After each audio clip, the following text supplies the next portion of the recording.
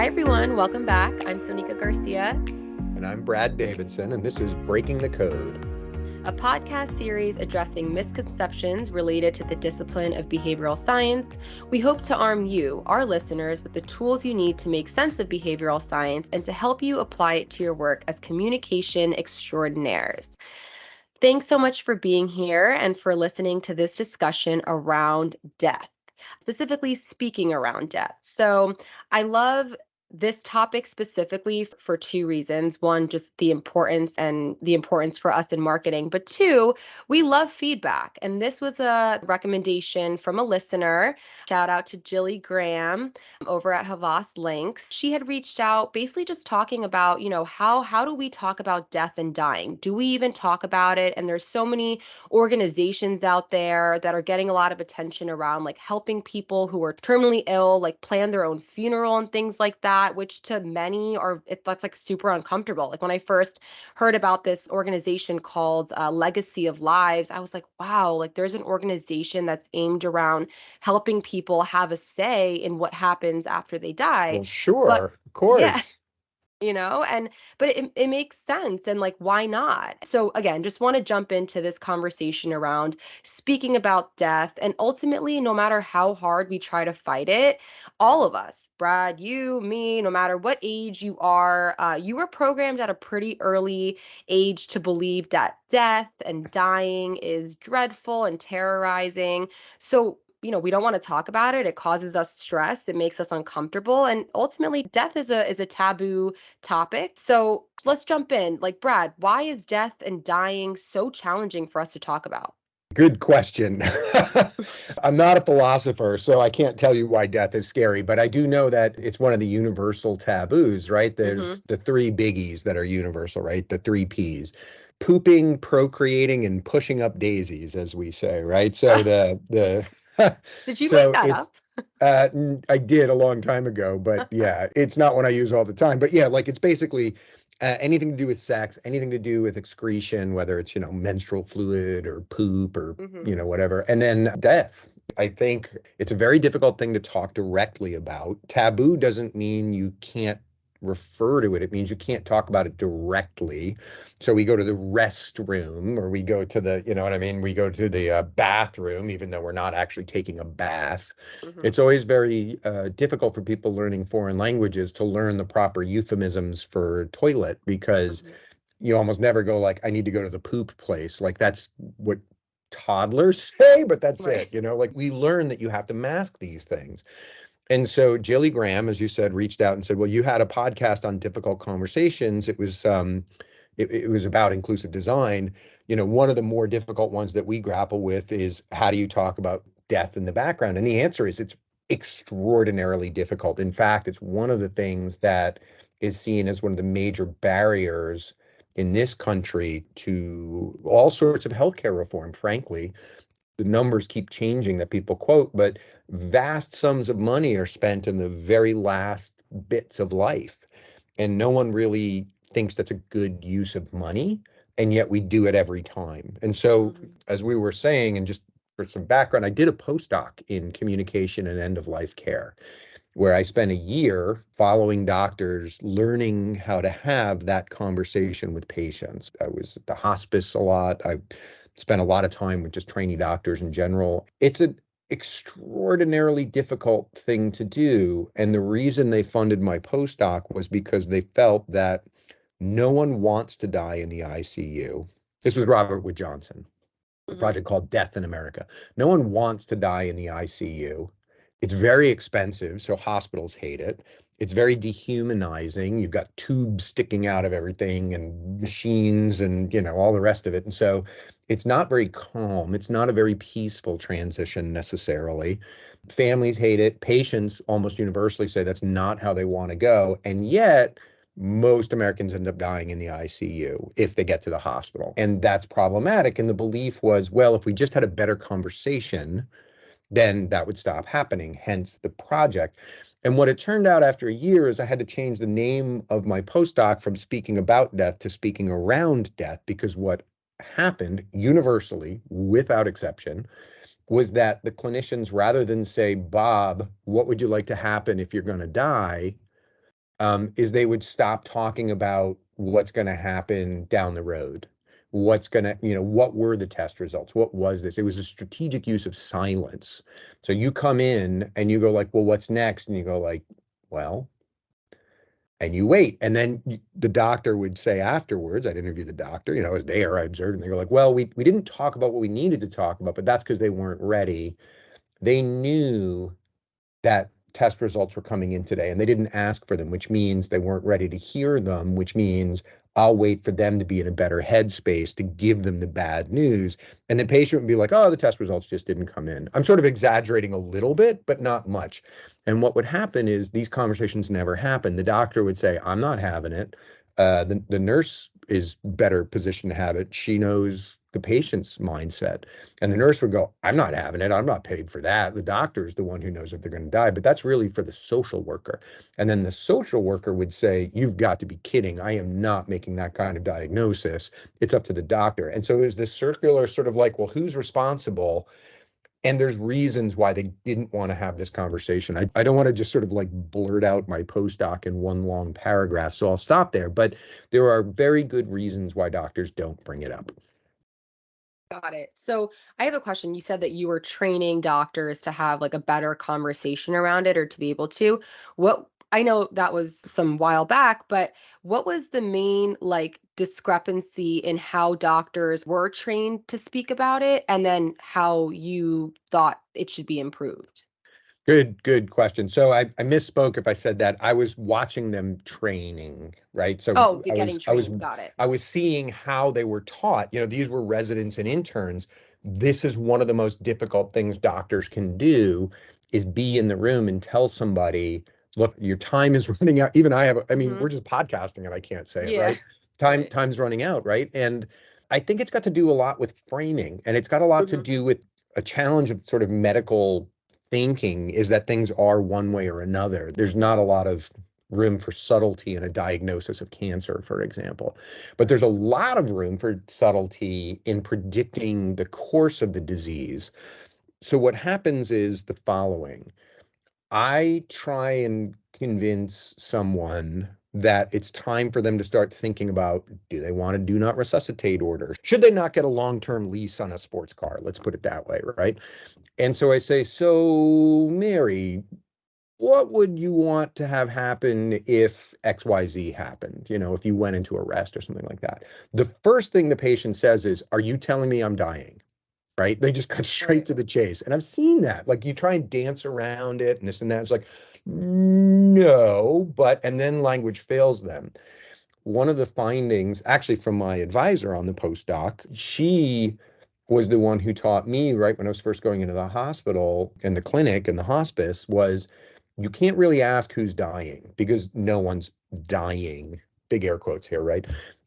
There was an anthropologist who was doing the study of dying on a very sick floor in a hospital. And she spent weeks and she couldn't find a single patient interview because none of the doctors would tell her any of them were dying until she Mm. flipped the question around and said, who would you not be surprised if they passed away in the next 2 weeks? And then Mm. everyone on the ward was dying. And so Wow. it comes down to you don't want to say, I think this guy's dying because two things. Number one, if you're wrong, that's pretty bad. And number two, there's this belief in magical thinking that if you tell a patient they're dying, they'll give up hope and they'll die.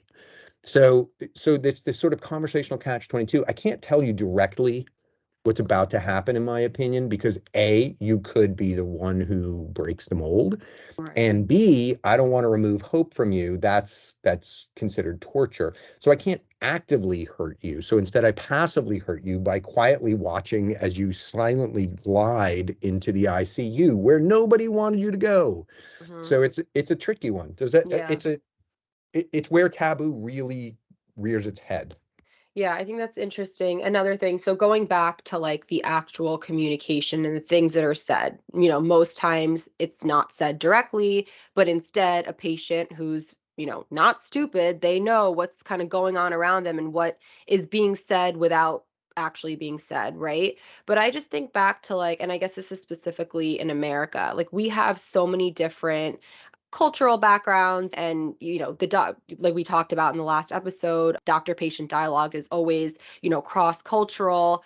And because death, as just the topic of death, is regarded so differently in different areas of the world, I just wonder, and not, it's already a complicated thing to talk about, and not to make it more complicated, but I do think there's an important, like, cultural nuance to be considered, because honestly, a patient of a certain cultural background might feel insulted or bothered or whatever it may be by not being direct with them. Whereas a patient from another culture, that might be like the American culture, that might be just what it is and they get it.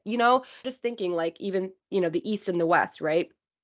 I'm Yeah. Indian, and I know death is regarded so differently in India than it is here. And part of it is like the whole reincarnation and things like that. But it's more of a celebration of life. And of course, it's not to say that people in India love to hear that they're dying, nothing like that. But there's a way to communicate that where it would be received differently by someone with an Indian background, maybe, than someone with an American background.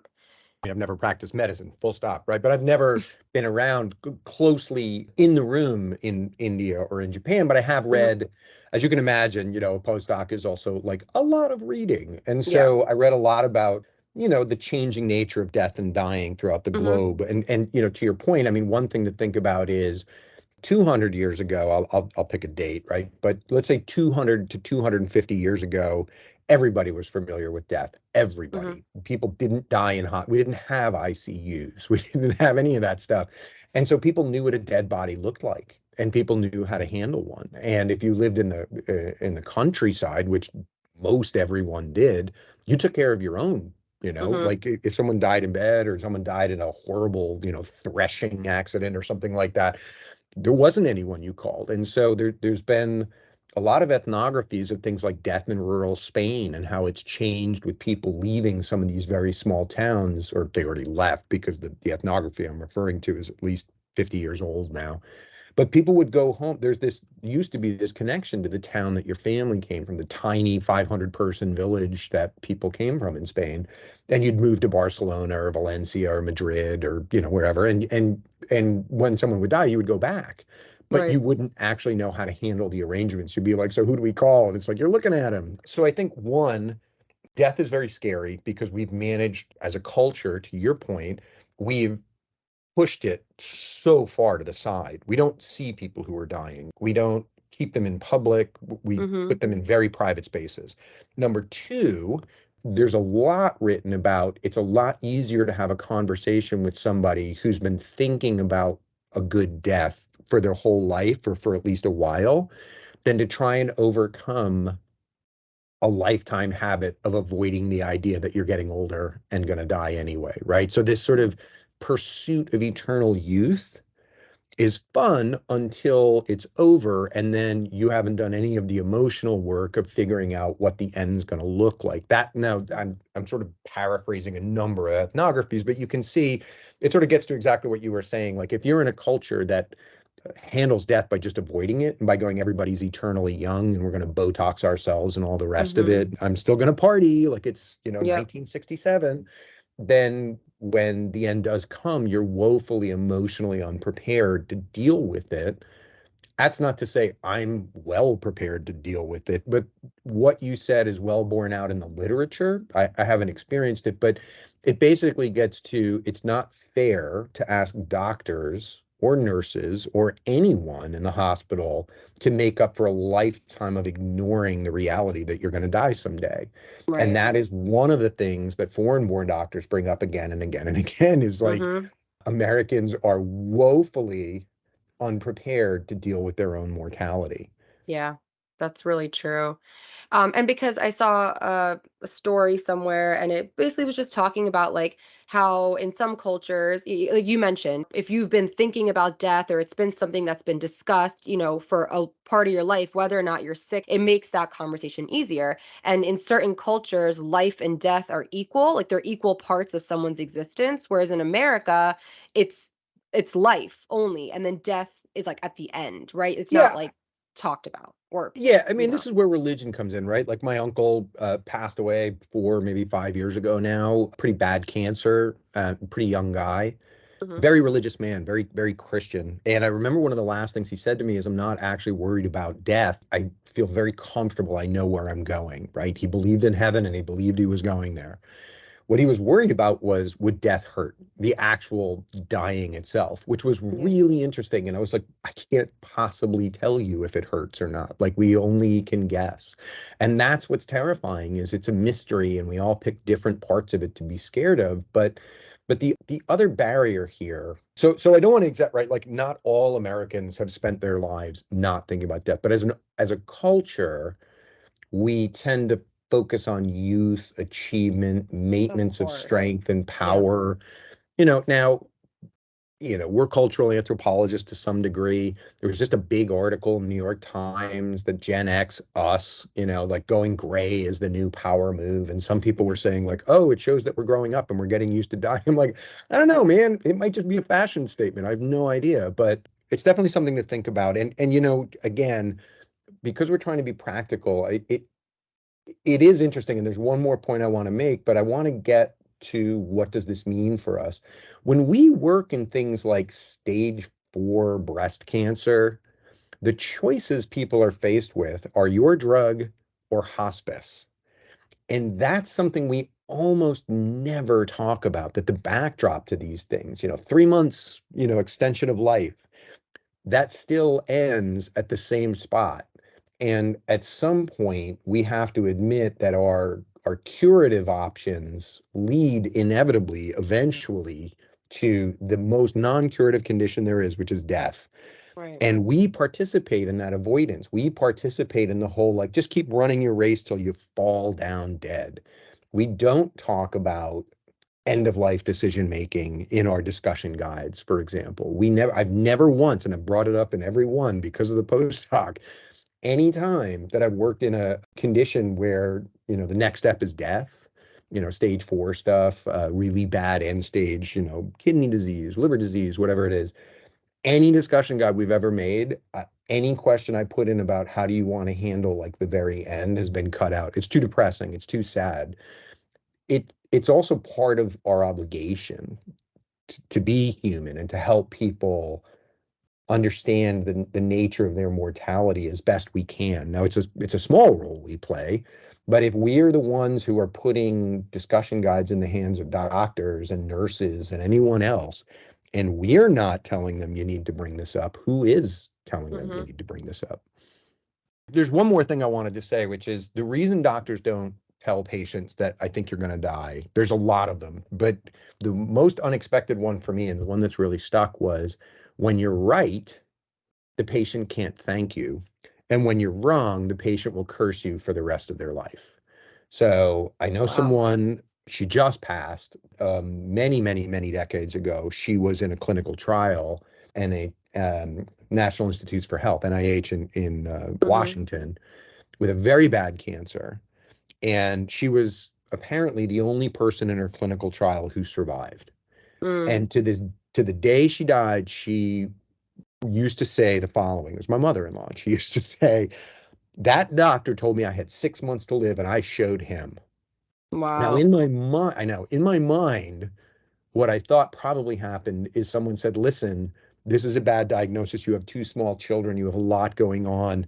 You might want to get your affairs in order. Something that I would Hmm. consider quite reasonable. She heard it as you're gonna die. You've got 6 months, and she took it as a challenge and a threat. Now, instead of being happy that she was the only person who, she was very happy that she was the only person who survived the trial, but instead of being happy with the team, she was mad at that doctor for having stressed her out over that stuff. I Hmm. think it's referred anger. I think she was a very smart woman. She's capable of running the numbers and going, I had a 99% chance of not making it or whatever it was. But she was genuinely angry. She was told she was going to die. And I think that's something that doctors learn very, I don't know if they could put it in the words that I just did, but if you're right, no one thanks you. Not really, not long term. And if you're wrong, they hold it against you forever. So there's a lot of like downsides to being direct about Yeah. someone's chances. And again, all I'm saying is I think we have to be much more sophisticated about how we approach the possibility that somebody's going to die in close proximity to the same sort of decision making that we're fostering for them in these tough diseases. Right, right. And maybe this isn't another episode, but now I'm very curious. And I always like, from a research standpoint, to hear from the person on the receiving end of messages, like with your mother-in-law and like other people that were in her situation. How do they want to be communicated to? Right? Like in that sense. Is there a right way? Like, shouldn't we be hearing from the people who are actually sick to know what's the right way to communicate? Yes, and I think people at the end of life also get a pass on being polite. Polite, yeah, no, So, of course. so for example, I mean, again, you've said like I tell stories, but here's one from my postdoc. There was a guy. He was a vet. He was at the VA. He had lung cancer. He was kind of a socially marginal guy. I would say not necessarily a drug addict or anything. There's a lot of like, if you hang around the VA, there's a lot of socially marginal people who use it as a sort of social service. This guy actually owned a silver mine up in the Nevada hills, and he liked hanging out there. He was a combat vet. He had some issues, and and I don't know why I'm laughing. He was a funny guy. He didn't like talking to me much, but he tolerated me, and he had a wedge resection for his lung cancer. And when he got out, I remember being by his bedside when the doctor was like, "So we'll start chemo, whatever." And the guy was like, "What are you talking about? I thought this was done." And the doctor, "Oh no, there's like more to do." He had completely misunderstood the nature of the operation and what would happen. Now, I didn't think much of it except for to go like, wow, that's amazing. I wonder who's really at fault. Was he not listening? Whatever. But he was gone. Like by that afternoon, he had packed up and left. He Oh, hadn't wow. told anybody. And his brother was there. And I introduced myself and he said, I'm fairly certain I know where he went. He went back to his silver mine and we'll Oh, find him dead there in about a month. And he's chosen to go. He doesn't want to die here and he doesn't want to do any more stuff. He just wants to go. And he didn't feel a need to tell anybody. He didn't feel it. He was like, screw it. I'm done with the medical system. I'm going to go out on my terms. That was the only guy I saw who felt empowered to unplug himself from the system. And he was nuts. So, like wow. in a positive, charming way in some ways, but like not a guy you would like work next to Right, at an advertising agency. It takes a lot of courage and it takes a really outsider perspective to go, I'm just going to unplug and walk out of here. right. I love story time.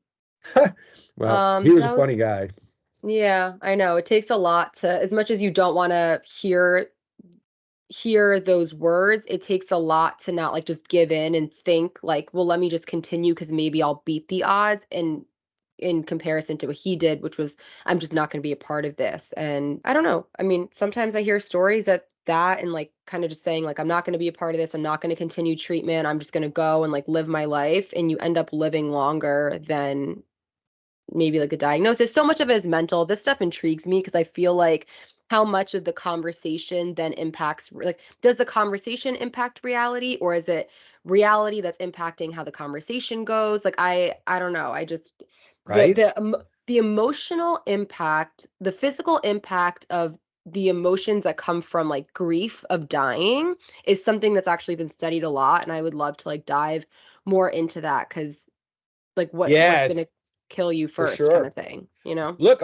I'll throw the last idea out there, right? It's possible that my mother-in-law lived as long as she did because she was trying to spite the doctor who told her that she was going Right. to pass. Like she Exactly. used that as a motivator. In which case, if I was that doctor, I'd be like, well, it's not ideal, but I did my Yeah. job. Right, right. Okay, cool. Thanks, Brad. I think this is a really interesting conversation. I feel like there's so much more to unpack, but I would love, I mean, I'm sure our listeners too. I just want to hear more stories about your postdoc because I'm also just curious back to our last episode about that doctor-patient dialogue and specifically around death. Like it, do some doctors handle it differently? Like, do you find that foreign trained doctors have those conversations differently? Like, I just have a lot more questions, but maybe we'll save that for another episode. So, Yeah, thank you. ask me about the Irish respiratory therapist and the again, I was at a VA hospice for about half of it, so a lot of these guys were vets of varying sorts. But ask me about the the long range patrolman from Vietnam, like one of those like guys who would go out in the jungle for like 8 weeks at a time. Oh, Super nice guy, competitive tennis player afterwards, stuff like that. But and the Irish respiratory fellow, and just how much of a gulf between their cultures there was. I'm wow. I'm laughing so now, but interested. it's a good Okay. one. Yeah. We have So to. We have to get into that. yeah. All right. Well, until next time. Thanks Until everyone for next time, thank listening. you, and thank you again to Jilly for asking the Yes. question. These are difficult. These are tough conversations. I don't have any answers as to why we don't want to die. I don't want to die, but talking about Yeah. it's tough. Yeah, 100%. And like Jilly did, if you all have any topics that you want us to cover or dig deeper into, please email us at medicalanthropology@havas.com. So until next time, thanks everybody. Thank you. Bye. Breaking the Code is a podcast by Havas Health and Youth Medical Anthropology Department.